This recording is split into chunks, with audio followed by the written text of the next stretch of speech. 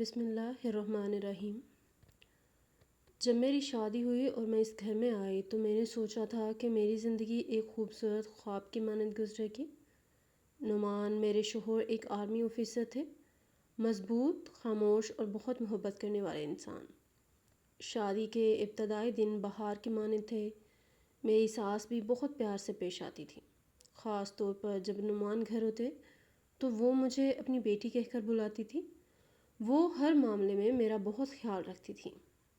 نعمان کی چھٹی ختم ہونے والی تھی۔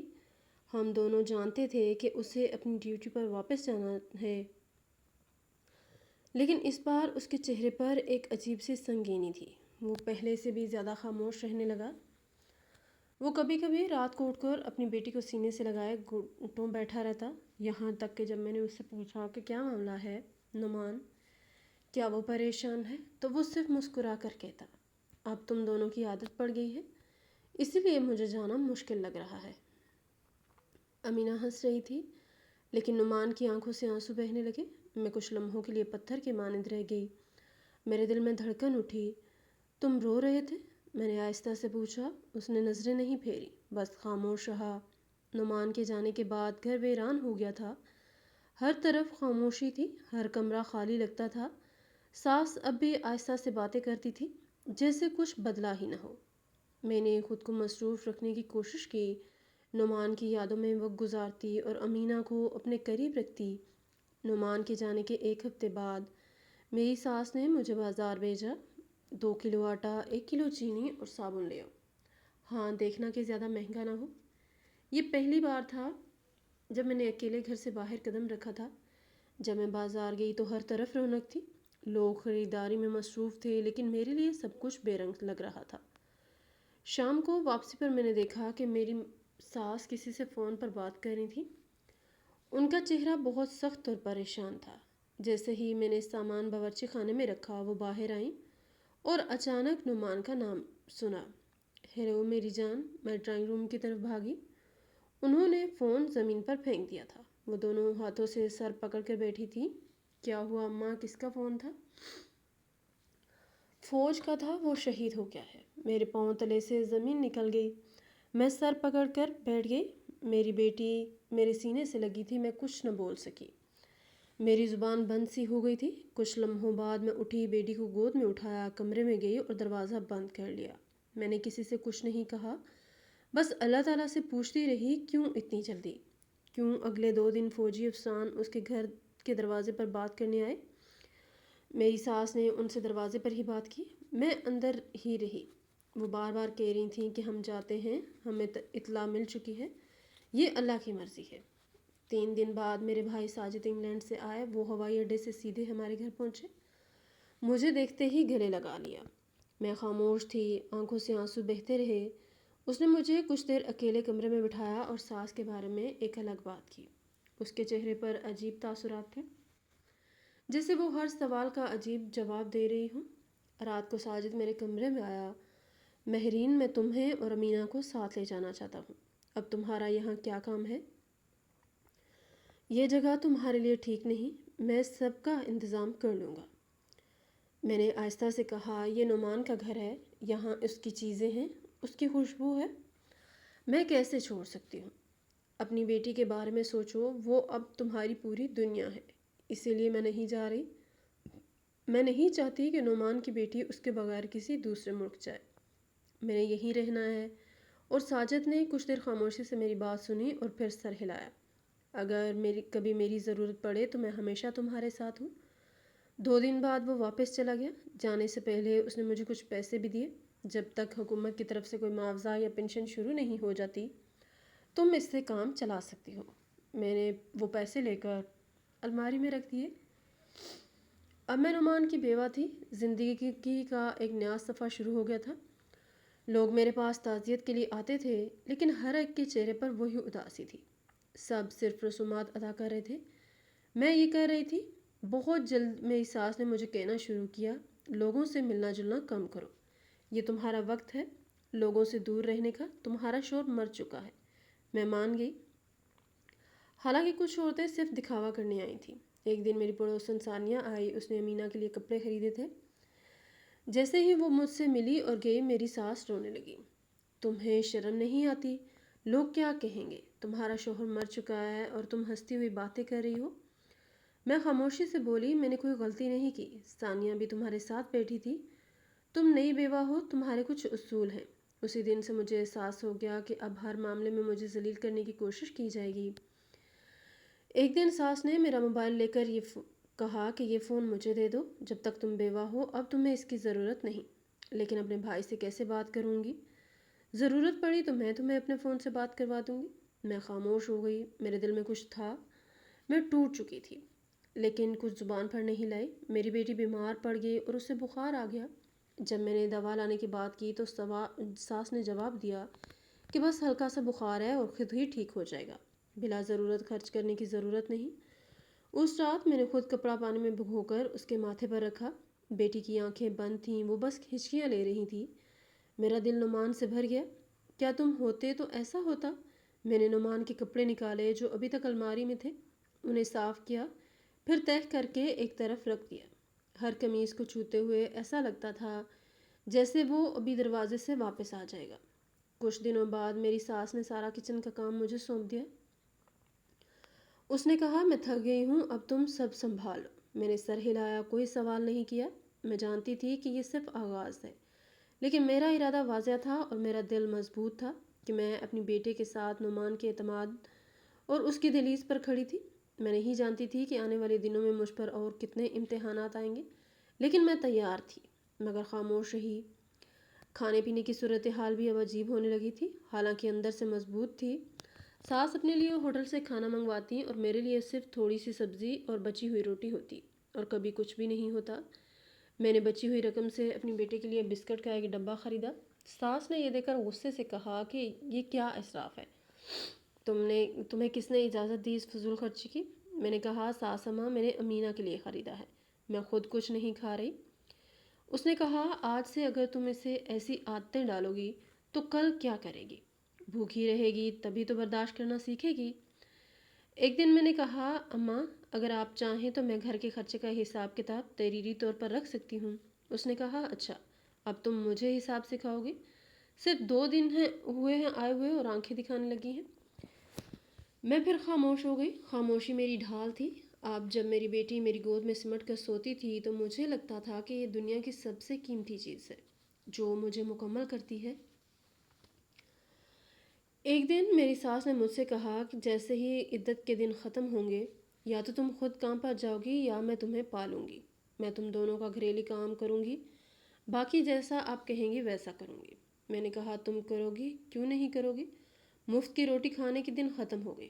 اب ایک دن میں نے دیکھا کہ ساس کی پہلی شادی سے بیٹی آئی ہوئی تھی۔ دراصل ساس نے 2 شادیاں کی تھی۔ وہ مجھ سے بچ رہی تھی، لیکن ساس اس سے بہت خوشی سے بات کر رہی تھی۔ اب تم میری اپنی ہو، باقی سب اجنبی ہیں۔ یہ سن کر میرے ہاتھ کانپنے لگے۔ میں اندر گئی اور امینہ کو گود میں لیے بیٹھ گئی۔ آنسو نکل آئے، لیکن میں نے خود کو سنبھال لیا۔ یہ میری طاقت ہے، یہ میری پہچان ہے۔ میری ساس کا رویہ بدل گیا، لیکن اب میں خود کو بدلنے پر پختہ تھی، نہ صرف اپنے لیے بلکہ اپنی بیٹی کے لیے۔ دن بدل رہے تھے اور میرا صبر آہستہ آہستہ جواب دینے لگا تھا، یہ تمہارا کام ہے کرنا، مجھے کب تک میں تمہیں کھلاتی رہوں گی؟ ایک دن کھانا پکاتے ہوئے ساس نے غصے سے کہا، میں پہلے بھی پکاتی تھی، آج بھی مجھے کوئی مسئلہ نہیں تھا۔ میں نے کہا، میں باورچی خانے میں گئی، پرانے آٹے سے روٹیاں بنائیں، بچی ہوئی سبزی گرم کی اور بیٹی کے لیے ایک پلیٹ رکھی۔ جب امینہ نے روٹی چھوئی تو میں نے دیکھا کہ اس پر سفید پھپھوندی ہے۔ سبزی سے بھی عجیب سی بو آ رہی تھی۔ میں نے ساس سے کہا، یہ کھانا ٹھیک نہیں لگ رہا، میں بیٹی کے لیے کچھ اور بنا دوں؟ اپنی حد میں رہو، جو ملتا ہے وہی کھاؤ اور اس کو کھلاؤ، میں تم دونوں کے نخرے برداشت نہیں کر سکتی۔ بیٹی نے روٹی سبزی میں ڈبو کر کھانا شروع کر دی۔ میں نے کئی بار منع کیا، نہیں بیٹا مت کھاؤ، لیکن وہ بھوک سے بے قرار تھی۔ اگلے دن اس کی طبیعت بگڑنے لگی۔ اچانک دوپہر کو اس کی آنکھیں بند ہو گئیں اور وہ بستر پر گر گئی۔ میں ساس کے پاس بھاگی، میری بیٹی کی طبیعت بہت خراب ہے، مجھے اسپتال لے چلو۔ اس نے کہا، پیسے درختوں پر نہیں اگتے، اگر تھوڑی دیر آرام کر لے تو ٹھیک ہو جائے گی۔ میں نے کہا، اماں فوراً چلیں اور چیک کروائیں، اگر اسے کچھ ہو گیا تو پھر خاموش رہنا۔ تم ابھی بیوہ ہوئی ہو اور باہر جانے کی اجازت مانگتی ہو، جو ہونا ہے اللہ تعالیٰ سنبھال لیں گے۔ میں بچی کو گود میں لیے بیٹھی اور کانپ رہی تھی۔ میرا چہرہ سفید اور جسم پسینے سے تر تھا۔ میں نے اس کے ماتھے پر گیلے کپڑے رکھے اور اللہ تعالیٰ کو یاد کرنے لگی۔ 1 گھنٹہ گزر گیا اور میری حالت مزید خراب ہو گئی۔ میں نے کہا اللہ کے لیے ڈاکٹر کو بلا لو، یہ سب ناٹک ہے۔ میں جانتی ہوں تم ہمدردی حاصل کرنا چاہتی ہو، لیکن یاد رکھو اب تم پر کوئی اعتبار نہیں۔ میں نے ایسی بہت سی عورتیں دیکھی ہیں۔ میں پیچھے ہٹی، دروازے کی طرف دیکھا اور باہر نکلنے کا سوچا۔ شام کو پڑوسن ثانیہ دروازے پر آئی۔ ساس نے کھڑکی سے جھانک کر غصے سے کہا، اب یہاں مت آنا، میری بہو کسی سے نہیں ملے گی۔ ثانیہ باجی کچھ کہنا چاہتی تھی لیکن ساس نے ان کے منہ پر دروازہ بند کر دیا۔ رات تک بیٹی کی حالت مزید بگڑ گئی اور وہ بے ہوش ہو گئی۔ میں نے اللہ تعالیٰ سے دعا کی، ہے اللہ تو میرا صبر کیوں اتنا سخت آزما رہا ہے، میری بیٹی کو بچا لے۔ میں نے چراغ جلایا اور بیٹی کو گود میں لیے اللہ کے سامنے بیٹھ گئی۔ میری آنکھوں سے آنسو بہہ رہے تھے۔ میری آواز ساری رات حلق میں اٹکی رہی۔ امینہ میں کوئی حرکت نہیں تھی، اس کی پیشانی ٹھنڈی پڑ رہی تھی۔ میں نے کئی بار اس کی سانس چیک کی جو بہت آہستہ تھی۔ میں نے دروازہ کھولنے کی کوشش کی لیکن وہ باہر سے بند تھا۔ جب میں نے سانس کی آواز سنی تو کہا کہ اگر باہر نکلی تو اس گھر کا راستہ بھول جاؤ۔ میں نے کچھ نہیں کہا، صرف ایک دعا کی تھی کہ میری بیٹی بچ جائے۔ صبح کی روشنی کمرے میں آنے لگی۔ ساس نے دروازہ کھولا اور کہا، اللہ کے سامنے روحانسی کرنے سے کیا فائدہ، تم ماں بننے کے قابل نہیں تھی۔ میں نے کہا، اماں اگر آپ نے دوا کا حکم دیا ہوتا تو شاید ایسا نہ ہوتا۔ اس نے کہا، دوا اس سے زندگی نہیں آتی، قسمت سے آتی ہے۔ میں نے امینہ کی پیشانی کو چوم لیا۔ دوپہر تک مجھے اس کی سانسوں میں ہلکی سی تبدیلی محسوس ہوئی۔ اس نے آنکھیں نہیں کھولیں لیکن پسینہ آنے لگا۔ میں نے اس کے ماتھے پر گیلے کپڑے رکھے، پھر دروازے پر دستک ہوئی۔ ساس نے پردہ ہٹا کر دیکھا اور چلائی، کون؟ تم لوگوں کو کیا مسئلہ ہے؟ ہم کسی سے نہیں ملتے۔ میں باہر بھاگنا چاہتی تھی لیکن ساس پہلے ہی راستہ روک چکی تھی۔ واپس اندر جاؤ اور خبردار اگر میں نے کسی سے اشارے سے بھی بات کرنے کی کوشش کی۔ میں نے اپنی بیٹی کی طرف نگاہیں جھکا لیں۔ میں دوپہر کو واپس آئے، باورچی خانے سے بدبو آنے لگی۔ جب میں نے جا کر اسے صاف کرنے کی کوشش کی تو ساس دروازے پر کھڑی ہو کر بولی، تم وہی درد سہ رہی ہو، میں کھاتی ہوں اور تمہیں کھانے نہیں دیتی۔ تمہاری بیٹی بیمار ہے تو اس میں میرا کیا قصور؟ میں نے کہا، اماں مجھے کچھ نہیں چاہیے، بس اسے تھوڑا سا شوربہ دے دو۔ اس نے کہا، یہ ہوٹل نہیں ہے اور میں تمہاری نوکرانی نہیں ہوں۔ میں شام تک خاموش واپس آ گئی۔ امینہ نے ہلکی آواز میں پانی مانگا۔ میں نے مٹی کے برتن میں کچھ پانی رکھا تھا اور چمچ سے اس کے ہونٹوں پر ڈالا۔ وہ ہلکی سی مسکرائی۔ ایک لمحے کے لیے مجھے لگا جیسے اللہ تعالیٰ نے میری دعا سن لی ہے۔ رات کو اندھیرا چھا گیا۔ میں نے کمرے میں اللہ کے سامنے چراغ جلا رکھا تھا۔ میں نے بیٹی کو لپیٹا اور ساس کے فون پر باہر لے گئی۔ بات کرنے کی آوازیں آ رہی تھی۔ اب اگر یہ بھی مر جائے تو چھٹکارا مل جائے گا۔ میں نے کہا، اللہ تعالیٰ سے اسے بھی اٹھا لو۔ میں نے بیٹی کو اپنے ہاتھوں سے گلے لگایا اور اس ہے اللہ تو ہی واحد سہارا ہے، تو جانتا ہے حقیقت کیا ہے، اب تو ہی سن رہا ہے جو کچھ اس کی زبان سے نکل رہا ہے۔ میں بے بس ہوں لیکن تو بہت بڑا دل والا ہے۔ پوری رات ڈراؤنے خوابوں میں گزری۔ تھوڑی تھوڑی دیر بعد امینہ کی حالت چیک کرتی رہی۔ وہ ہلکی سانس لے رہی تھی۔ میں نے اس کی ٹانگیں دبا کر ہاتھ پھیلائے۔ اللہ تعالیٰ، جیسے ہی صبح ہوئی میں باورچی خانے میں گئی اور آٹے سے کچھ روٹی بنائی۔ نہ تندور ٹھیک چلا نہ چولہا، پرانے توا پر بغیر گھی کے خشک روٹی تھی۔ میں نے اسے پانی میں نرم کیا اور امینہ کو دیا۔ اس نے ایک چھوٹا سا ٹکڑا کھایا اور پھر آنکھیں بند کر لی۔ میرے دل میں امید پیدا ہوئی۔ میں کمرے کے کونے میں خاموش بیٹھ گئی اور ایک بار پھر دعا کرنے لگی۔ یہ میرے آخری کئی دنوں کا معمول تھا۔ اللہ کے سوا میرا کوئی سہارا نہیں تھا۔ ایک آواز آئی، شاید ساس ناشتہ تیار کر رہی تھی۔ مجھے دیکھ کر بیٹھ کر صبح پھر رونے لگی۔ اب ہر روز یہی ناٹک کرے گی۔ میں نے آنکھیں نہیں اٹھائیں، نہ جواب دیا اور نہ کوئی سوال پوچھا، بس ایک بات دل میں دہراتی رہی، اللہ میری بیٹی کو سلامت رکھ، مجھے اتنی زندگی بس کافی ہے۔ اسی لمحے دروازے پر دستک ہوئی۔ ساس تو جیسے ہتھے سے اکھڑ گئی، دروازے کی طرف گئیں اور اب کون آیا ہے؟ ہر روز کوئی نہ کوئی ہمارے سکون کو خراب کرنے آتا ہے۔ اس نے دروازے کی دراڑ سے جھانکا اور پھر جیسے اس کا جسم پتھر ہو گیا۔ وہ ایک لمحے کے لیے جھنجھلا گئی۔ اس کا چہرہ مکمل سفید پڑ گیا۔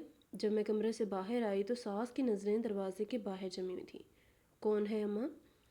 اس کے ہونٹ کانپنے لگے، یہ نعمان ہے۔ میرے قدم وہیں رک گئے، میرا دل دھڑکنا بھول گیا۔ میں تیزی سے دروازے کی طرف بڑھی لیکن ساس نے ہاتھ سے روکنے کی کوشش کی۔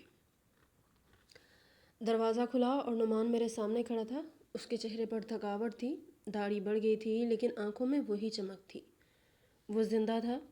ایک لمحے کے لیے میں کچھ سمجھ نہ پائی، پلک جھپکنا بھی بھول گئی۔ نعمان کے ایک قدم لڑکھڑائے۔ وہ ایک لمحے خاموش رہا، پھر آگے بڑھا اور بولا، ہاں میں ہوں مہرین۔ میں نے ہاتھ جوڑ کر زمین پر بیٹھ گئی اور لاکھ بار اللہ تعالیٰ کا شکر ادا کرنے لگی۔ نعمان اندر آیا۔ امینہ کو دیکھ کر اس کی آنکھیں آنسوؤں سے بھر گئیں۔ وہ بیمار لگ رہی تھی۔ اس نے جھک کر امینہ کی پیشانی کو چوما۔ ابا آ گیا ہے، بیٹا آنکھیں کھولو۔ میں نے ساس کی طرف دیکھا، وہ کرسی پر بیٹھی خاموش تھی، جیسے لاجواب ہو گئی ہوں۔ نعمان نے پوچھا، یہ سب کیا ہو رہا ہے؟ میں نے تمہیں فون کیا، بات کیوں نہیں کی؟ میں نے ساس کی طرف دیکھا اور پھر کہا، میرے پاس فون نہیں ہے۔ غم کے دن تھے، اسی لیے فون چھین لیا گیا۔ میری بیٹی بیمار ہے اور مجھے دوا نہیں ملی اور نہ ہی دوا کے لیے باہر جانے کی اجازت ملی۔ نعمان کا چہرہ سخت ہو گیا۔ اور تم اماں، تم نے اتنی بھی پرواہ نہیں کی تمہاری پوتی کی؟ اماں نے نعمان سے نظریں چرا لی۔ نعمان نے فوراً امینہ کو اٹھایا اور کہا، میں اسے اسپتال لے جا رہا ہوں۔ میں بھی خاموشی سے نعمان کے ساتھ چلی گئی۔ امینہ کی حالت کچھ بہتر ہو گئی تھی، لیکن ڈاکٹر نے سخت ہدایات دیں۔ اگلے 24 گھنٹے دوا وقت پر دینا بہت ضروری ہے۔ صحیح مقدار اور مکمل آرام بہت ضروری ہے۔ نعمان ہسپتال کے کمرے میں میرے برابر بیٹھ گیا، کبھی بچی کو دیکھتا اور کبھی مجھے۔ مہرین، تم نے اسے ایسا کھانا کیوں دیا جو اسے بیمار کر دے؟ کیا تم نہیں دیکھ رہی تھی کہ وہ کیا کھا رہی تھی؟ میں نے خاموشی سے آنکھیں جھکا لیں۔ میں پوچھ رہا ہوں مہرین، مجھے جواب دو۔ نعمان، میں خود اس کے ہاتھ سے روٹی چھیننے کی کوشش کر رہی تھی، لیکن وہ بھوکی تھی۔ کئی بار منع کرنے کے باوجود اس نے کھا لیا۔ وہ بھوکی کیوں تھی؟ تم کھانا پکاتی ہو نا؟ میرے پاس پکانے کو کچھ نہیں تھا۔ کبھی بچی ہوئی سبزی ملتی تھی اور کبھی باسی روٹی۔ وہ کچھ لمحوں کے لیے خاموش رہا، جیسے کچھ سوچ رہا ہو۔ لیکن تم نے مجھے کیوں نہیں بتایا؟ تم اپنے بھائی کے ذریعے بھی مجھ سے بات کر سکتی تھی۔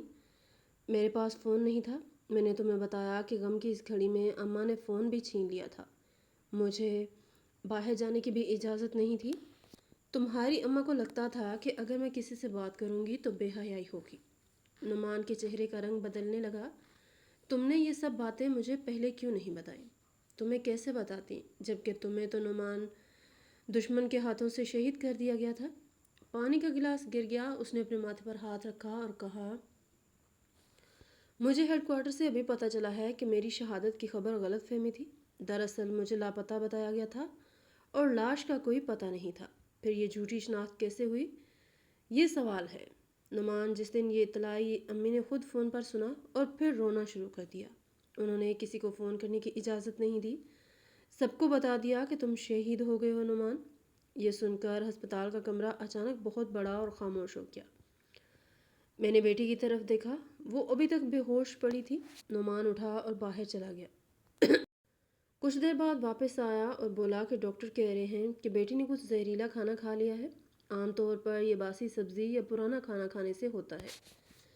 اس کی حالت اب بہتر ہو رہی ہے، لیکن ایسی غلطی دوبارہ نہیں ہونی چاہیے۔ میں نے سر ہلایا۔ مجھے ایک بات بتاؤ مہرین، اماں کا رویہ تمہارے ساتھ کب سے اتنا سخت ہو گیا؟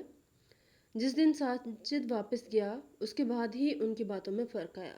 پھر کام، پھر تانے، پھر کھانے پر پابندی، اور آہستہ آہستہ سب کچھ بدل گیا۔ لیکن وہ تمہیں تکلیف کیوں دینا چاہتی تھی؟ نعمان، میں نے کئی بار سوچا، لیکن کبھی میں یہ بات سمجھ نہیں پائی۔ لیکن اب لگتا ہے کہ ضرور کوئی بات چھپی ہے جو ہمیں نہیں بتائے گی۔ نعمان نے میری کلائی پکڑی۔ میں سوچ بھی نہیں سکتا کہ وہ ایسا کر سکتی ہیں۔ انہوں نے مجھے پالا ہے، لیکن ماں صرف گود دے کر نہیں بنتی اور نہ ہی سچ چھپا کر۔ اس نے ایسا کیا؟ اس نے بیٹی کے سر پر ہاتھ بھی نہیں رکھا۔ نعمان نے کچھ دیر پر کہا، جب میں دشمن کی گرفتاری میں تھا، میں 6 ماہ ان کی قید میں رہا۔ ہر روز میں سوچتا رہا کہ تم دونوں کیسی ہوگی۔ تمہیں میرے لاپتہ ہونے کی اطلاع ضرور ملی ہوگی، لیکن میرے ذہن میں کبھی نہیں آیا کہ تم پر یہ سب گزر رہی ہے۔ تم واپس آ گئی، یہ سب سے بڑی بات ہے۔ لیکن اب ہمیں حقیقت تک پہنچنا ہے۔ میں یونٹ سے بات کروں گا اور کال ریکارڈ کے کاغذات اور جس نمبر پر فون کیا گیا تھا اس کی معلومات حاصل کروں گا۔ میں نے کہا، اس کے علاوہ محلے کی ثانیہ باجی نے ایک دن کہا تھا کہ یہ بات جاننے کے بعد ساس نے کسی سے فون پر کہا تھا کہ اب ہم خوشی کی زندگی گزاریں گے۔ وہ بات آج تک میرے دل میں بیٹھی ہے۔ نعمان نے آنکھیں بند کر لیں جیسے وہ ہر ایک بات پر غور کر رہا ہو۔ ہمیں اس معاملے کو صاف کرنا ہے۔ میں اب تمہیں اور امینہ کو ایسی جگہ نہیں چھوڑ سکتا جہاں تم لوگ محفوظ نہ ہو۔ میں نے آہستہ سے کہا، اب میں صرف امن اور امینہ کے لیے محفوظ ماحول چاہتی ہوں۔ نعمان نے سر ہلایا۔ میں سچ جان کر رہوں گا، چاہے وہ کتنا ہی تلخ کیوں نہ ہو۔ ہسپتال کی خاموشی میں ہم دونوں نے دل میں فیصلہ کر لیا تھا کہ اب دھوکہ برداشت کرنے کا وقت ختم ہو چکا ہے۔ اب حساب کتاب کا وقت ہے، اور یہ سچ جس نے ہمیں ایک دوسرے سے دور رکھا تھا وہ بہت جلد سامنے آ جائے گا۔ ہسپتال سے واپسی کے بعد اگرچہ گھر کا ماحول پرسکون لگ رہا تھا، لیکن حقیقی خاموشی کے پیچھے ایک سوال تھا، حقیقت کیا ہے؟ نعمان اکثر اپنے خیالات میں گم رہتا تھا۔ میں رات کو بیٹھ کر کئی بار اسے کہتی، وہ آنکھیں بند کر لیتا جیسے وہ سائنس کے مسائل حل کر رہا ہو۔ امینہ بہتر ہو رہی تھی۔ میں نے دوبارہ کچھ دنوں کے لیے باورچی خانے کی ذمہ داری سنبھال لی، لیکن اس بار نعمان کی موجودگی کا واضح فرق تھا۔ ساس اب مجھ سے کم بولتی تھیں اور اگر کچھ کہتی تو نعمان کے سامنے بہت خوش دکھائی دیتی تھی۔ ایک شام نعمان آفس گیا ہوا تھا۔ میں آنگن میں کپڑے سکھا رہی تھی، میری بیٹی اندر سو رہی تھی، میری ساس فون پر بات کر رہی تھی۔ میں ان کے کمرے کے باہر سے گزر رہی تھی اور اچانک ایک واضح آواز سنی۔ ہاں، میں نے خود پوچھا تھا، یونٹ والوں نے کہا تھا کہ وہ لاپتہ ہے، لیکن میں نے کہا کہ شاید وہ شہید ہو گیا ہے۔ 1 سال گزرنے دو اور پھر ساری جائیداد میرے ہاتھ آ جائے گی۔ یہ سن کر میرے قدم وہیں رک گئے، میری سانس رک گئی۔ اگلی بات اور بھی چونکا دینے والی تھی۔ اس سے بھی زیادہ حیران کن یہ تھا کہ میں نے سوچا تھا کہ میں مہرین کو بیوہ رکھوں گی اور وہ بیٹی بھی اس کے قابو میں آ جائے گی۔ نعمان کی ساری جائیداد میرے نام آ جائے گی۔ دوپٹہ میرے ہاتھ سے گر گیا۔ میں جلدی سے کمرے سے باہر آئی اور دروازہ بند کر دیا۔ میرا دل دھڑک رہا تھا۔ یہ وہ عورت تھی جسے میں ماں کہہ کر پکارتی تھی، جس کا میں ہمیشہ شوہر کی علامت سمجھ کر احترام کرتی تھی۔ شام کو جب نعمان واپس آیا تو میں نے اسے سب کچھ بتا دیا۔ میں نے خود سنا تھا نعمان ماں کہہ رہی تھیں کہ اس نے جان بوجھ کر تمہاری شہادت کی خبر پھیلائی تھی تاکہ جائیداد پر قبضہ کر سکے۔ نعمان نے میری طرف دیکھا، اس کے چہرے پر حیرت اور بے اعتباری دونوں تھے۔ مہرین، تم نے ضرور کچھ غلط سنا ہوگا، وہ ایسا کبھی نہیں کر سکتی۔ میں نے اپنے کانوں سے سنا ہے، وہ کسی سے فون پر کھلم کھلا بات کر رہی تھی۔ میں اماں کو جانتی ہوں، ہاں وہ سخت ہو سکتی ہیں، کبھی کبھی غلط کام بھی کرتی ہیں، لیکن اگر تمہیں پھر بھی شک ہے تو کسی تیسرے شخص سے حقیقت معلوم کرو۔ نعمان خاموش ہو گیا۔ یہ سچ تھا، وہ اسے قبول کرنے کو تیار نہیں تھا، لیکن اب وہ اس سے بچ بھی نہیں سکتا تھا۔ اگلے دن ایک پرانا چہرہ دروازے پر نمودار ہوا، مالی رشید چاچا، جو برسوں سے ہمارے گھر کے باغ کی دیکھ بھال کر رہے تھے۔ کئی مہینوں سے غائب تھے۔ اچانک وہ ایک چھوٹا سا تھیلا لے کر آ گئے۔ ان کے چہرے پر جھجک تھی۔ نعمان صاحب، رم رم، آپ واپس آ گئے۔ میں نے سوچا تھا کہ نعمان نے انہیں دروازے پر گلے لگا لیا۔ ہاں رشید چاچا، یہ بہت لمبی کہانی ہے، آؤ بیٹھو اور باتیں کرو۔ میں باورچی خانے سے چائے لے کر آئی اور آنگن کے ایک طرف بیٹھ گئی۔ رشید چاچا نے جھجکتے ہوئے کہا، صاحب، آپ کے جانے کے چند دن بعد یونٹ سے ایک فون آیا تھا۔ وہ کہہ رہے تھے کہ آپ ابھی کوئی اطلاع نہیں ہے، صرف ایک لاپتہ ہونے کی اطلاع ہے۔ نعمان نے فوراً کہا، تو اماں نے کیا کیا؟ انہوں نے غصے سے فون بند کیا اور اگلے دن محلے میں یہ خبر پھیلا دی کہ آپ شہید ہو گئے ہیں۔ قریبی پولیس اسٹیشن میں رپورٹ درج کروائی گئی اور کچھ دنوں بعد اخبار میں بھی شائع ہوا۔ لیکن یہ سب کیوں صاحب؟ میں ایک نوکر ہوں، اپنے کانوں سے بہت کچھ سنا ہے۔ امی صاحبہ اکثر کسی سے فون پر باتیں کرتی تھی کہ جائیداد ان کے نام منتقل ہو جائے گی کیونکہ اب کوئی وارث نہیں رہا۔ میں نے ایک دن انہیں کہا بھی کہ صبر کرو، شاید معجزہ ہو جائے اور آپ واپس آ جائیں۔ اس پر انہوں نے مجھے ڈانٹا اور کہا، رشید، تم صرف وہی کرو جو تمہیں کہا جائے، ورنہ میں تمہیں نوکری سے نکال دوں گی۔ نعمان کا چہرہ سخت ہو گیا۔ اس نے اپنا سر کرسی پر ٹیک دیا، اور یہ سب جھوٹ تھا، سب کچھ پہلے سے منصوبہ بند تھا۔ ہاں صاحب، میں نے اپنی آنکھوں سے دیکھا اور کانوں سے سنا ہے، اسی لیے میں نے نوکری چھوڑ کر جا چکا تھا۔ میرے دل کو یقین نہیں آ رہا تھا کہ وہی لوگ اس گھر کو دھوکہ دیں گے جن کے لیے میں نے اتنے سال کام کیا۔ نعمان نے ایک لمحے کے لیے آنکھیں بند کیں اور پھر آہستہ سے کہا، رشید چچا، آپ نے جو کہا وہ بہت اہم ہے، مجھے حقیقت کا پتہ چل گیا ہے۔ رشید چاچا اٹھے، میں آپ کا نوکر ہوں، لیکن اگر آپ چاہیں تو میں گواہی دینے کو تیار ہوں۔ نہیں چاچا، آپ نے آج اپنی نمک حلالی کا حق ادا کر دیا، اب بس میرے لیے دعا کریں۔ اس رات نعمان نے مجھ سے کہا، میں تم سے معافی چاہتا ہوں مہرین، تم نے جو کچھ کہا اس کا کوئی حساب نہیں، اور میں اپنی ماں کی حقیقت پہچاننے میں بہت دیر کر چکا تھا۔ میں نے اس کے ہاتھ پکڑ لیے۔ اب ہم دونوں سچ کے ساتھ ہیں، باقی اللہ تعالیٰ خود انصاف کرے گا۔ اس دن کے بعد یہ طے ہو گیا کہ جھوٹ زیادہ دیر نہیں چھپتا۔ اب تک جو پیار بھرا رشتہ ساس دکھا رہی تھیں وہ دھوکے کے پردے کے پیچھے سے نکل آیا، اور سچ کی روشنی میں ہم نے اپنا اگلا راستہ دیکھا۔ دوپہر تھی۔ نعمان آنگن میں کرسی پر بیٹھا اوپر کی طرف دیکھ رہا تھا۔ اس کے چہرے پر وہ سکون نہیں تھا جو واپسی کے وقت نظر آتا تھا۔ وہ کئی گھنٹے خاموش رہا۔ میں نے اس کے سامنے چائے رکھ کر واپس مڑی، لیکن کچھ دیر بعد اس نے آواز دی، مہرین اماں گھر میں ہیں؟ ہاں، وہ کمرے میں ہے، صبح سے باہر نہیں آئی، میں بات کرنا چاہتا ہوں۔ میں مزید برداشت نہیں کر سکتا۔ نعمان اٹھا اور آہستہ سے ان کے کمرے کی طرف گیا۔ دروازہ کھلا تھا۔ میری ساس بستر پر بیٹھی تھی اور نعمان سامنے الماری کے دراز میں کچھ تلاش کر رہا تھا۔ بغیر کچھ کہے نعمان نے براہ راست کہا، میں سب کچھ جان چکا ہوں۔ ساس نے اچانک سر گھمایا۔ کیا تمہیں احساس ہے کہ تم نے جو کیا وہ کسی ماں کا کام نہیں تھا؟ تمہارے الفاظ کا کیا مطلب ہے؟ نادان مت بنو اماں، رشید چاچا نے سب بتا دیا ہے۔ مہرین نے خود تمہارے الفاظ سنے ہیں۔ تم نے میری لاپتہ ہونے کی اطلاع کو میں اس جائیداد کی خاطر شہادت میں بدل دیا تاکہ تم اس پر قبضہ کر سکو۔ میری ساس کچھ دیر خاموش رہی اور پھر آہستہ سے بولی، ہاں میں نے کیا۔ نعمان کا رنگ اڑ گیا۔ یعنی تم مانتی ہو؟ کیوں نہیں، سب کچھ میرے سامنے تھا۔ تم لاپتہ تھے اور مجھے معلوم تھا کہ تم واپس نہیں آؤ گے۔ اس میں میری کیا غلطی ہے؟ تم نے میری بیوی اور بیٹی کو بھوکا رکھا، انہیں کتنی تکلیف دی، صرف اس لیے کہ زمین اور گھر تمہارے نام ہو جائے۔ اس گھر کی اصل وارث میری بیٹی ہے، تم نہیں۔ نعمان، میرا دماغ چکرا گیا، تمہارا کیا مطلب ہے؟ ساس کی نظریں اس پر جمی تھیں۔ تم میرے پیٹ سے پیدا نہیں ہوئے، تم اپنے باپ کی پہلی بیوی کے بیٹے ہو۔ یہ سن کر کمرے میں خاموشی چھا گئی۔ نعمان نے دیوار کا سہارا لیا۔ یہ بہت پرانی بات ہے۔ تم 3 سال کے تھے جب تمہاری ماں فوت ہوئی۔ تمہارے والد نے مجھ سے شادی کی اور میں نے تمہیں پالا اور دیکھ بھال کی، لیکن تم کبھی میرے نہیں ہو سکے۔ تم ہمیشہ میرے راستے کی رکاوٹ بنے رہے۔ نعمان ایک لمحے کے لیے صدمے میں کھڑا رہا، پھر اس نے سر جھکا کر کہا، تم ستیلی ماں بنی اور وہ سب کچھ کیا جو میں نے اب تک صرف کہانیوں میں پڑھا تھا۔ میں نے اپنی بیٹی کے لیے سب کچھ کیا، وہ میری حقیقت ہے، وہ میری اصل وارث ہے۔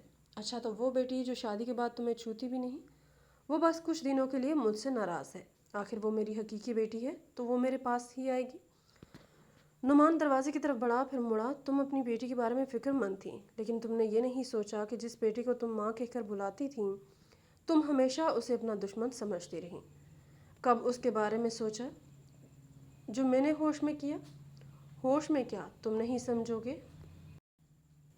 ہاں ماں، شاید میں نے واقعی ماں کا مطلب نہیں سمجھا، کیونکہ اگر وہ ماں ہوتی تو دشمن کی قید میں وہ 6 ماہ میرے لیے بہت آسان ہوتے۔ نعمان کمرے سے باہر آیا۔ میں نے دروازے کے قریب کھڑکی سے سب کچھ سنا تھا۔ اس کی حالت دیکھ کر میرا دل ٹوٹ رہا تھا۔ رات کو نعمان نے مجھ سے کہا، مہرین تم صحیح تھی، سچ واقعی تلخ ہے۔ میری اماں کبھی میری ماں تھی ہی نہیں، لیکن تم نے جو سچ جانا وہ تمہاری ہمت کو ظاہر کرتا ہے۔ صرف وہی لوگ ہیں جو سچ برداشت کرتے ہیں۔ میں نے اسے اپنی ماں سمجھا اور وہ مجھے رکاوٹ سمجھتی تھی، شاید اسی لیے انہوں نے کبھی میری باتوں میں دلچسپی نہیں لی، ہمیشہ میرے فیصلوں پر سوال اٹھاتی تھیں، اور میری موجودگی میں انہیں صرف اس بات کا خطرہ تھا کہ تم مجھے سب کچھ دے دو۔ نعمان کچھ لمحوں بعد خاموش ہوا اور بولا، میں نے فیصلہ کر لیا ہے، اب میں جائیداد کا فیصلہ کروں گا۔ امینا میری جائیداد کی وارث ہوگی اور تم اس کی نامزد۔ نعمان، انتقام کے جذبے سے فیصلہ مت کرو، بس جو صحیح ہے وہ کرو۔ مہرین، میں کسی سے انتقام نہیں لے رہا، میں صرف انصاف کر رہا ہوں۔ صبح کو ساس اپنے کمرے سے باہر نہیں آئی۔ نوکرانی نے مجھے بتایا کہ وہ خاموشی سے اپنی چیزیں پیک کر رہی ہیں، ان کی بیٹی نے انہیں بلایا تھا۔ میں نے نعمان سے پوچھا، کیا میں انہیں روکوں؟ نعمان نے انکار میں سر ہلایا۔ انہیں جانے دو، انہیں وہ راستہ اختیار کرنے دو جو انہوں نے خود چنا ہے۔ امینا کی ہنسی کی آواز گھر میں گونجی۔ نعمان نے اسے اٹھایا اور کہا، اب میرا یہ رشتہ ہے اور تم، باقی سب ختم۔ ہم دونوں نے ایک نئی زندگی کا دروازہ دیکھا جو کھلنے والا تھا، جس میں جھوٹ، دھوکہ اور سازش کے بجائے سچ، محبت اور اعتبار سب کچھ تھا۔ گھر کا ماحول بدل چکا تھا۔ وہ خاموش باتیں، وہ خالی نظریں اور وہ سخت لہجہ سب خاموش ہو چکا تھا۔ نعمان نے اپنی ماں سے تمام رشتے ختم کر لیے تھے۔ جاتے ہوئے انہوں نے کچھ نہیں کہا، نہ ہی اپنے مال پر معافی مانگی، بس دروازہ کھولا اور باہر نکل گئی۔ جب نعمان نے دروازہ بند کیا تو ایسے لگا جیسے گھر کی دیواروں سے بھی سکون کی سانس آ رہی ہو۔ اب اس چھت کے نیچے کوئی دھوکہ نہیں ہوگا، اس نے کہا۔ جب میں نے پوچھا کہ تم نے ماں کو روکا نہیں مہرین، اگر خونی رشتے زہر بن جائیں تو ان سے دور رہنا ہی بہتر ہے۔ میں نے بس سر ہلایا۔ میرے دل میں اب بھی یہ درد تھا، لیکن میں اسے لفظوں میں نہیں بیان کر سکتی تھی۔ کچھ زخم ایسے ہوتے ہیں جنہیں صرف وقت ہی بھر سکتا ہے۔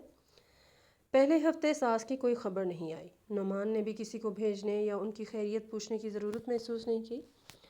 گھر میں امینہ اب مکمل طور پر صحت یاب ہو چکی تھی اور اس کی ہنسی کی آواز گھر میں گونجنے لگی تھی۔ ایک دن جب نعمان آفس گیا ہوا تھا تو دروازے پر دستک ہوئی۔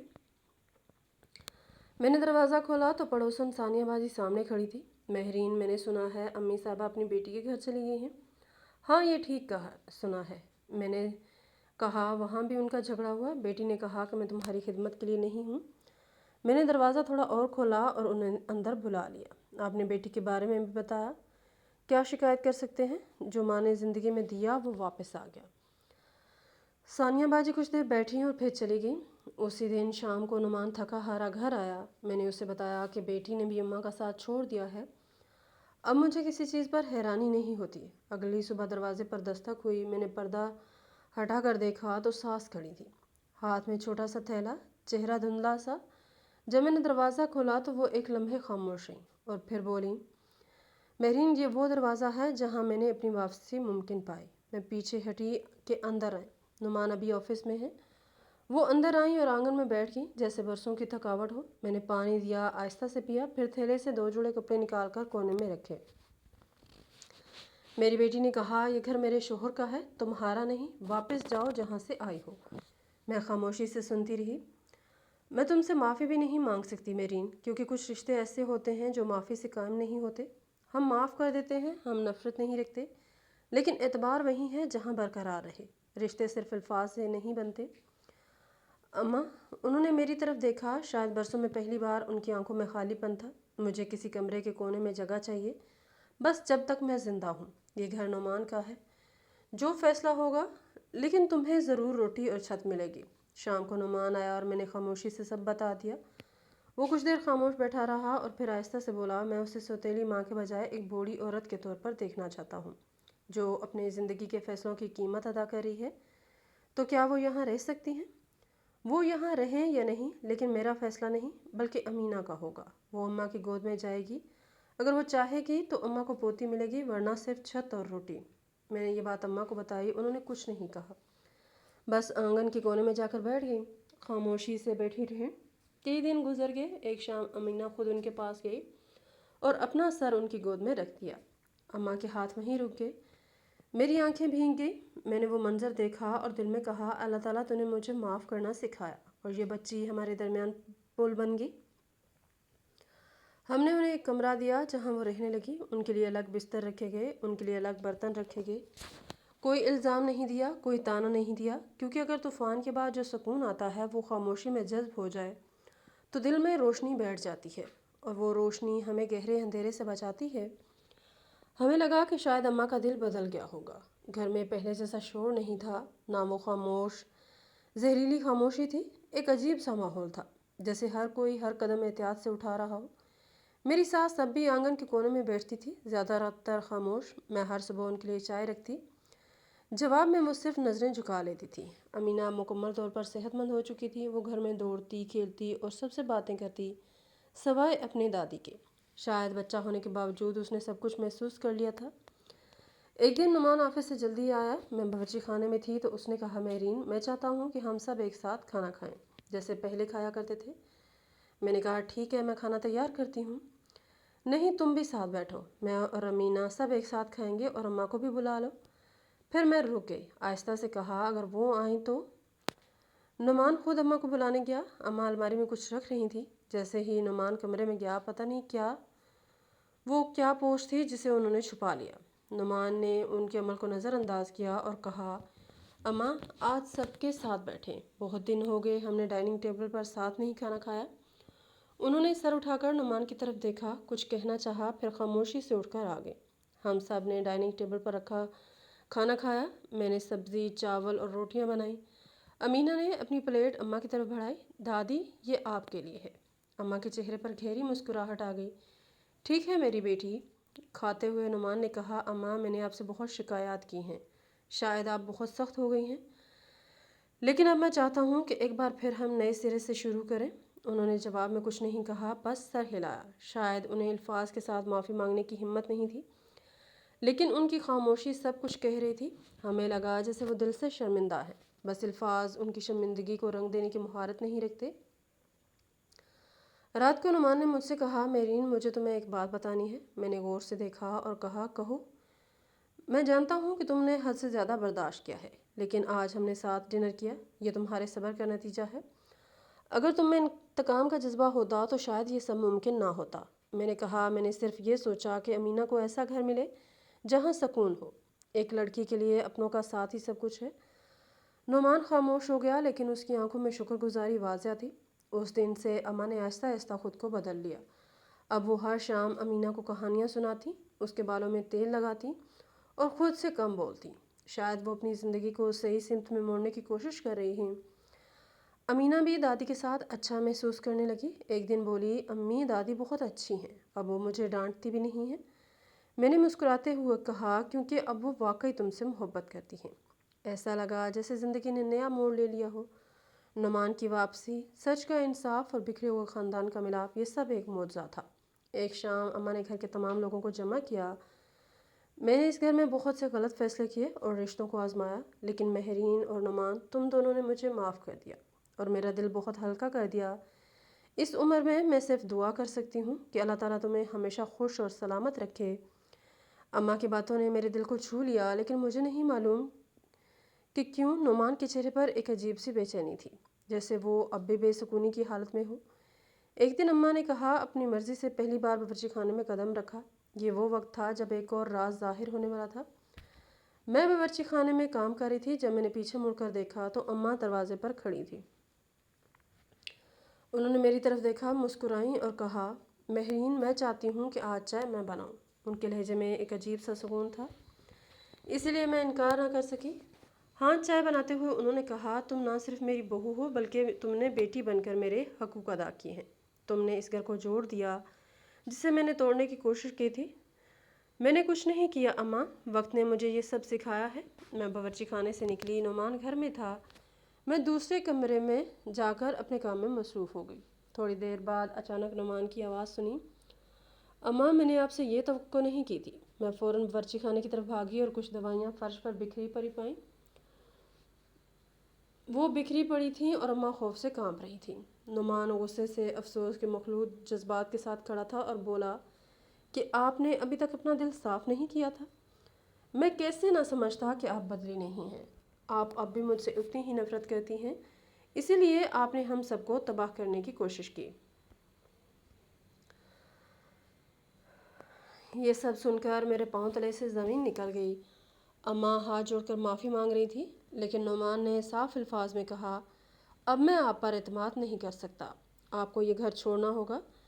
اس سے پہلے کہ اماں اپنے دفاع میں کچھ کہتیں، وہ ان کے کمرے میں گیا اور ان کے کپڑے تھیلے میں ڈالنے لگا۔ میں نے اماں کی طرف ایک نظر دیکھا اور نعمان باورچی خانے سے باہر آیا۔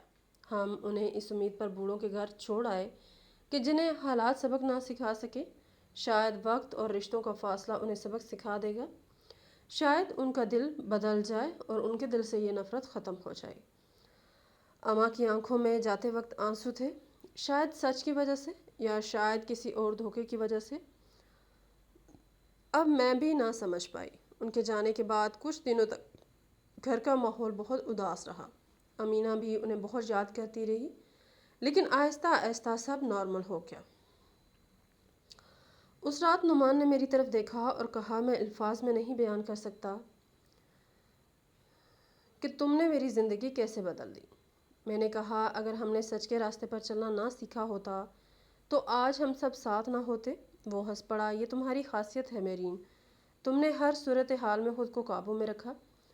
نہیں نعمان، میں نے خود کے لیے نہیں بلکہ اپنی بیٹی کے لیے اور تمہارے لیے جینا سیکھا، جس پر مجھے یقین تھا کہ وہ ایک دن ضرور واپس آئے گا۔ میری کہانی شاید ان عورتوں کی طرح ہے جو سب کچھ خاموشی سے برداشت کرتی ہیں، لیکن فرض فرق صرف اتنا تھا کہ میں نے ہار نہیں مانی۔ میں نے سیکھا کہ صبر، دعا اور سچ کبھی ہار نہیں مانتے، چاہے وقت کتنا ہی ظالم ہو۔ اگر انسان سچ پر قائم رہے تو ضرور اپنی منزل پا لیتا ہے۔ ہر ماں کا فرض ہے کہ وہ اپنی بیٹی کے لیے جیے، لیکن میں نے نہ صرف ماں بن کر بلکہ ایک عورت بن کر اپنی بیٹی کی عزت کی، اس کے حقوق، اس کا بچپن، سب کچھ بچایا۔ مجھے نعمان کی محبت پر یقین تھا، حالانکہ دنیا نے کہا تھا کہ وہ مر چکا ہے، لیکن میرے دل نے کہا کہ وہ واپس آئے گا، اور پھر وہ بالکل اسی لمحے واپس آیا جب میری امید اپنی آخری سانس لے رہی تھی۔ میری ساس، جنہیں میں اپنی ماں سمجھتی تھی، انہوں نے مجھے بہت زخم دیے، لیکن میں نے نفرت کے بدلے ان کے لیے دعا کی، لیکن شاید وہ پھر بھی اپنے دل سے پاک نہ ہو سکی۔ میں نے دیکھا کہ سچ تکلیف دیتا ہے، لیکن وہ نجات کا راستہ ہے۔ میں نے اپنی زندگی کا ہر لمحہ ایک بیوہ، ایک ماں، ایک بہو بن کر گزارا، اور آج جب میں اپنی بیٹی کی مسکراہٹ دیکھتی ہوں تو میرا دل کہتا ہے کہ یہ سب اس صبر کا نتیجہ ہے، کہ یہ گھر اب مکمل طور پر محبت، معافی اور سکون سے بھرا ہوا ہے، اور میں وہی میرون ہوں، لیکن اب کمزور نہیں بلکہ مضبوط اور مکمل ہوں۔ ناظرین، یہ کہانی محض ایک خاندانی ڈرامہ نہیں بلکہ زندگی کے گہرے حقائق، انسانی رشتوں کی پیچیدگیوں، صبر، استقامت، سچائی اور اللہ تعالیٰ پر بھروسے کا ایک جامع سبق ہے۔ اس کہانی کے ہر کردار، ہر واقعے اور ہر موڑ نے ایک ایسی حقیقت کو اجاگر کیا ہے جو ہر انسان کے لیے رہنما ثابت ہو سکتی ہے۔ اس کہانی سے ہمیں جو اہم ترین سبق ملتا ہے وہ یہ ہے کہ سچائی اور صبر کا راستہ اگرچہ مشکل اور تکلیف دہ ہوتا ہے، لیکن یہی وہ راستہ ہے جو انسان کو نجات، عزت اور حقیقی سکون دیتا ہے۔ اس مرکزی سبق کے تحت بے شمار دوسرے اسباق پوشیدہ ہیں جو انسانی زندگی کے ہر پہلو کو چھوتے ہیں۔ مہرین نے اپنے شوہر کی شہادت کی جھوٹی خبر سننے کے بعد نہ صرف ایک بیوہ کا دکھ برداشت کیا بلکہ ایک ظالم ساس کے ہاتھوں روزانہ ذلت، بھوک، پابندیاں اور جبر بھی سہا۔ اس کے باوجود اس نے کبھی اپنا ایمان نہیں کھویا، نہ اللہ تعالیٰ سے شکایت کی اور نہ ہی بددعا دی۔ وہ ہر صبح اٹھتی، چراغ جلاتی اور دعا کرتی۔ اس کا صبر اس وقت پھولا جب نعمان زندہ واپس آیا۔ یہ سبق ہمیں بتاتا ہے کہ زندگی کی تارین ترین گھڑیوں میں بھی اللہ تعالیٰ پر بھروسہ رکھنا چاہیے، کیونکہ اس کی مدد ایسے وقت آتی ہے جب انسان بالکل مایوس ہو چکا ہوتا ہے۔ قرآن پاک میں ہے کہ بے شک مشکل کے ساتھ آسانی ہے، اور یہ وعدہ ہر اس شخص کے لیے ہے جو صبر کرتا ہے۔ ساس کا کردار اس کہانی کا ایک اہم سبق ہے۔ وہ ظاہری طور پر محبت کرنے والی اور شفیق نظر آتی تھی، لیکن جب نعمان لاپتہ ہوا تو ان کی اصلیت سامنے آ گئی۔ یہ سبق ہمیں یاد دلاتا ہے کہ تمام رشتے حقیقی نہیں ہوتے۔ بعض لوگ مفاد کی خاطر محبت کا ماسک پہن لیتے ہیں، لیکن وقت ہر چیز کو بے نقاب کر دیتا ہے۔ مہرین نے اپنی ساس کے بارے میں سچائی جاننے کے بعد بھی ان سے نفرت نہیں کی بلکہ انہیں معاف کرنے اور پھر سے خاندان میں شامل کرنے کی کوشش کی۔ اگرچہ ساس ایک بار پھر دھوکہ دینے میں ناکام رہی، لیکن مہرین کا معاف کرنے والا عمل خود ایک بڑا سبق ہے کہ دوسروں کی غلطیاں ہمیں ظالم نہیں بنا سکتی۔ مہرین نے ایک بیوی، ماں اور بہو کے کردار کو بڑی خوبی سے نبھایا۔ اسے تنہائی، بھوک، بیماری اور ذلت کا سامنا کرنا پڑا، لیکن اس نے کبھی اپنی بیٹی کو نظر انداز نہیں کیا، نہ اپنی عزت گنوائی اور نہ اپنے شوہر کی محبت پر شک کیا۔ اس کا یہ کردار پوری کہانی میں عورت کی مضبوطی کا مظہر ہے۔ کہانی ہمیں بتاتی ہے کہ عورت اگر چاہے تو ہر حال میں اپنی اولاد اور اپنی عزت کی حفاظت کر سکتی ہے، چاہے اسے کتنی ہی قربانیاں دینی پڑے۔ وہ خاموشی سے سب کچھ برداشت کرتی ہے، لیکن اس کا خاموش ہونا کمزوری نہیں بلکہ حکمت عملی ہے۔ ساس نے نعمان کی جھوٹی شہادت کا پروپیگنڈا کیا تاکہ جائیداد حاصل کر سکے، لیکن ان کا منصوبہ ناکام ہو گیا۔ جھوٹ چاہے کتنا ہی مضبوط کیوں نہ لگے، آخرکار بے نقاب ہو جاتا ہے۔ ساس کو اپنی بیٹی نے بھی مسترد کر دیا اور وہ بڑھاپے میں تنہائی اور پشیمانی کے سوا کچھ نہ پا سکی۔ یہ سبق ہمیں بتاتا ہے کہ انسان کو چاہیے کہ وہ ہمیشہ سچائی کی راہ اختیار کرے، چاہے سچائی تلخ ہو، کیونکہ جھوٹ عارضی فائدہ تو دے سکتا ہے لیکن وہ کبھی مستقل سکون اور کامیابی کا ذریعہ نہیں بنتا۔ زندگی میں چاہے کتنی بھی مصیبتیں آئیں، انسان کو اپنے ایمان، صبر، سچائی اور اخلاقی اقدار سے کبھی دستبردار نہیں ہونا چاہیے۔ رشتے ٹوٹ سکتے ہیں، لوگ دھوکہ دے سکتے ہیں، حالات ظالم ہو سکتے ہیں، لیکن اللہ تعالیٰ پر بھروسہ اور حق پر استقامت ہی انسان کو منزل تک پہنچاتی ہے۔ جیسے مہرین نے اپنی زندگی میں ثابت کیا کہ ایک عورت اگر چاہے تو وہ ہر طوفان کا سامنا کر سکتی ہے، اور جیسے نعمان نے ثابت کیا کہ سچائی اور محبت کسی بھی رکاوٹ کو پار کر سکتی ہیں۔ یہ کہانی ہر اس شخص کے لیے مشعل راہ ہے جو اپنی زندگی میں مشکلات کا سامنا کر رہا ہے، کیونکہ یہ